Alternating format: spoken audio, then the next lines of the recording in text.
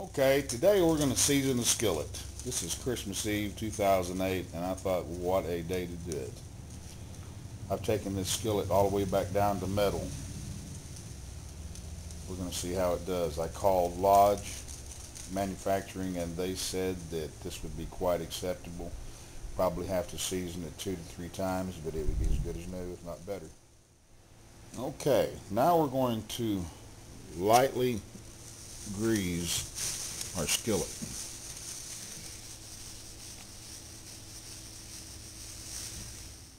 Okay, after the skillet is lightly oiled, and I do mean lightly, you probably can't tell from here, but it's just got a real light oil on it, or grease.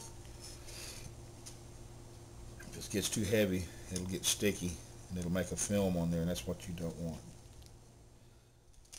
From here we're going to build us a fire. I've got about 10 pounds of charcoal and some oak chips in here, oak blocks. On a good hot fire, we'll try to get about 500 degrees or better. Okay, looks like our fire is just about ready. The oak blocks that I have in there are still on fire, as you see, but as soon as the skillets go down and the lid goes down, then it'll kill the fire off, or the flame off, and then we'll just have the coals. We'll put them in there and we'll leave them until the fire goes out, and you can lift the lid and pull the skillets out without any type of mitt, glove, or anything like that. It'll be completely cool. At that point, it'll be seasoned for the first time. There we are. We're ready to put the lid on. There we are. We're off and running. It is now 11 a.m. Central. Let's see how long it takes. Okay, and now here's what it looks like. It's 7:10, so 11 to 7. Not bad. Round one. The first seasoning, round one, absolutely.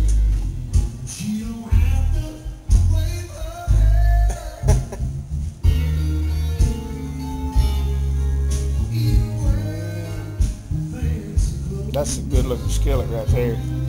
Like I say, all that motherfucker likes is some bacon. Bacon! I thought you could put some sausage on it. Bacon's better. I like bacon.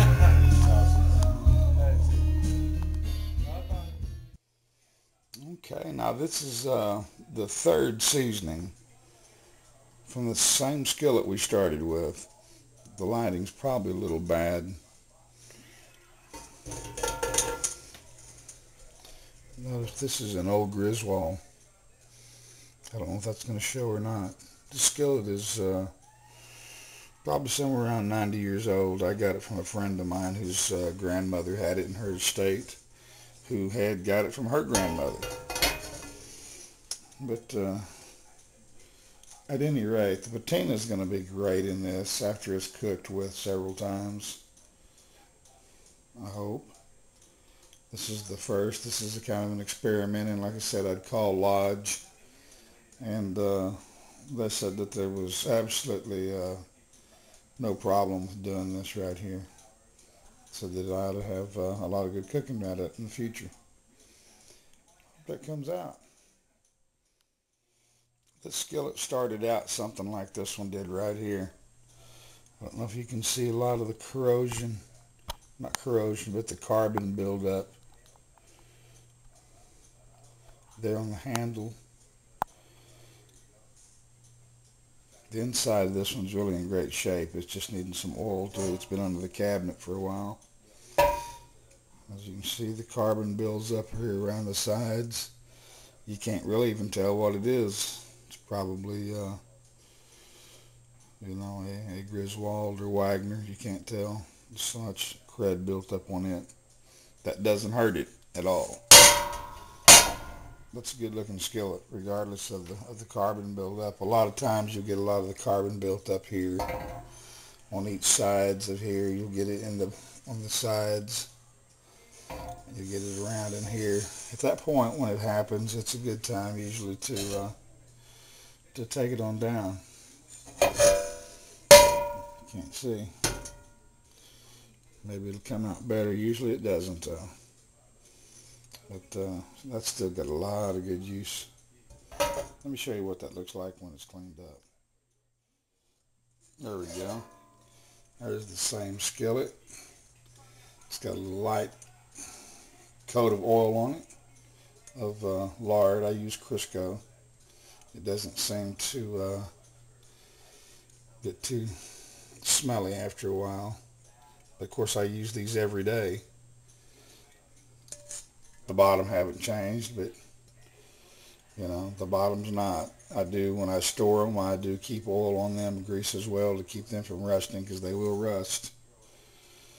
But that skillet right here will cook eggs. Will slide out of the bottom of it.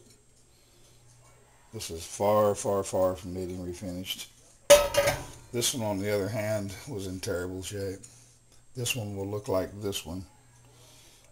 Oh, probably in a couple of years.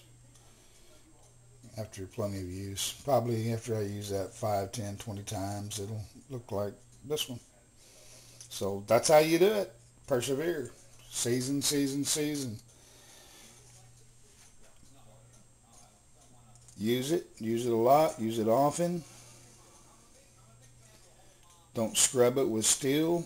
Scrub it with bright pads, sponges with very mild scrubby on the bottom, on the backs of them. If they're too bad, you get anything stuck real bad, put some water, boil it out. Do not use soap on it, and you will be good to go. Cooking with Cast Iron 101. See ya.